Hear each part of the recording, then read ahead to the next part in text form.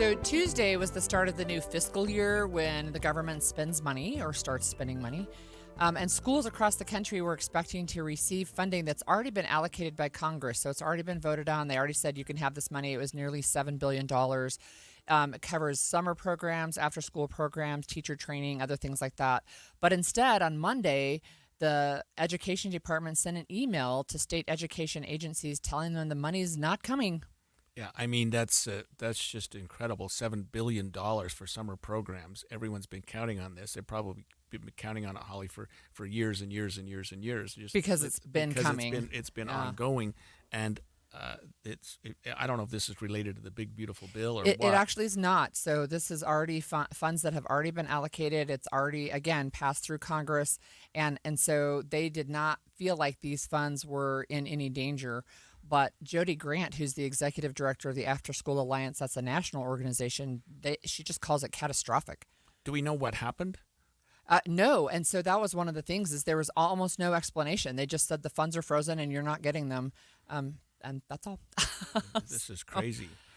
We have Ben Horsley, superintendent of Granite School District, joining us today. Ben, can you tell us what your immediate reaction to this was? Well, good morning to both of you. And Holly's right. The programs that are apparently the funds being frozen are tied to things that are tied to the Elementary and Secondary Education Act as regular programming and funding mechanisms.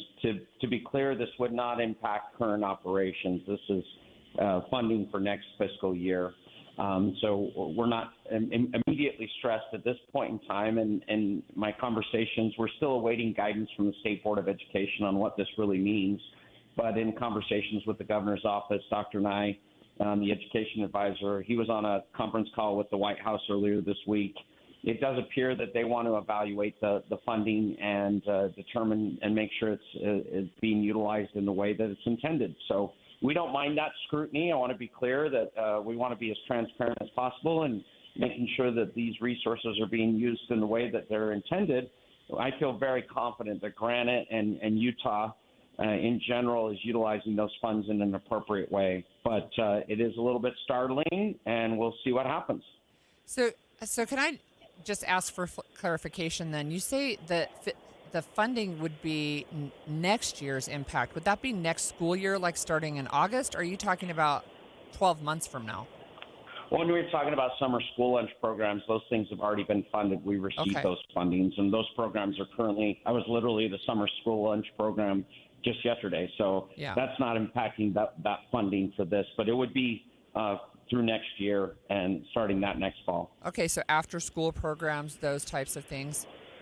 Correct. Okay. So one of the other questions I have then, this is not full funding, right, for education. In fact, we know most of Utah's education funding actually comes from the state of Utah. But what types of after-school programs would these monies impact in Granite School District?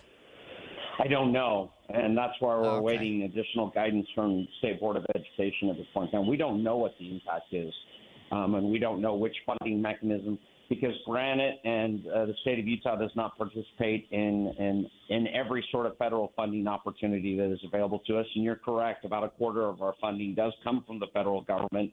Most of our maintenance and operations budget is funded by the state, so this wouldn't impact normal operations. It's these extra programs that are generally directed towards at-risk kids.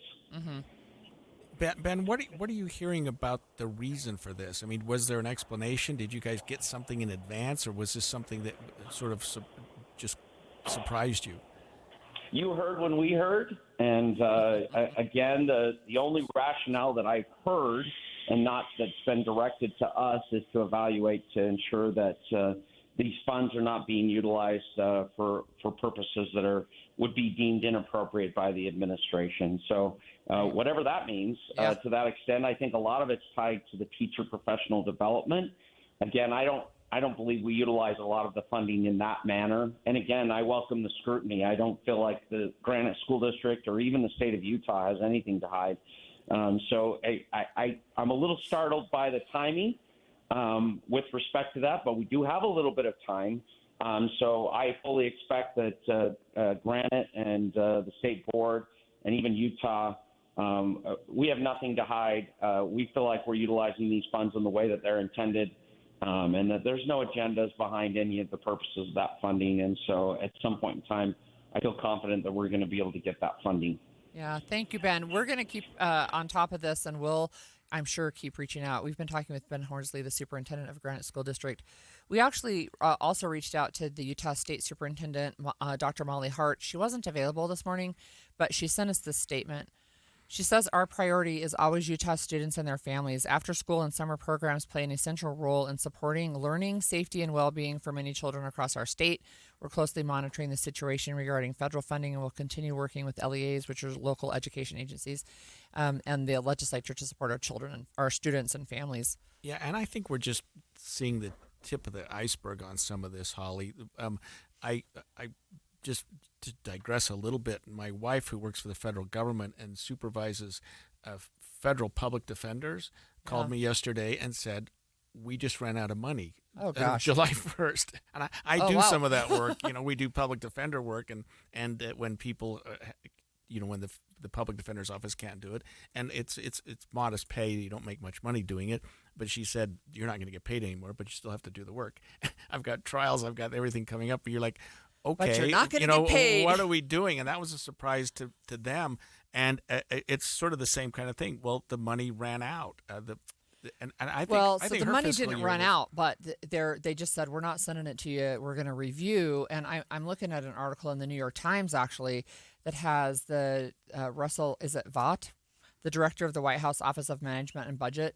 He just said they're looking at ways to claw back funding that has already been allocated. They're calling it the process of rescission, right? If they can claw back things that they already approved. So one of the things that Ben said to us is that these are for at-risk kids. A lot of these after-school programs, it's kids with English. I think if I remember, Granite School District has students that speak over 100 different languages. We have a lot of students that have come into our state from other countries over a number of years, and a lot of them end up in Granite School District. Like, it's those types of things, people who are on the lower socioeconomic scale, right? People who struggle financially, those types of things. It's those types of programs, but there's also some teacher training, and they're looking at maybe revoking the whole thing, but with very little explanation. And this is money that's already been allocated. That is right. It's money that Congress has that they already promised. Right? That they said, here it is. You can count on it until the day before it was due to be sent out, and then they said, never mind. But the Department of Education said never mind, seemingly. Yeah. So Congress allocates the money. Department of Education says, we don't need it. It's technically a freeze, but it could become permanent, that those funds will not be available. Well, at least, I guess, if there's any light at the end of the tunnel, according to Ben Horsley, it's for the next year. It's there's some time to try to work this out. It's the next school year, though, so that starts next month, actually, if you can believe it. So the summer meal program is already underway, and that's already been funded, right? But we're looking at money that they could use coming up pretty quick.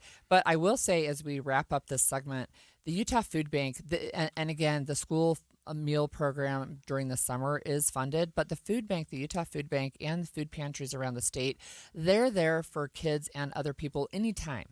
Right? It doesn't have to be summer. It doesn't have to be, during the school year. It can be anytime. And we know that 1 in 6 Utah children actually depend on breakfast and lunch at school. And so this is a way to supplement families' food budget, basically, but also a way to keep their tummies filled during the summer. Yet we're a little bit lucky that we live in Utah, because it seems like our state has been in a position, and I'm not committing anybody to anything, that they may be stepping up to the plate and helping some of these kids out.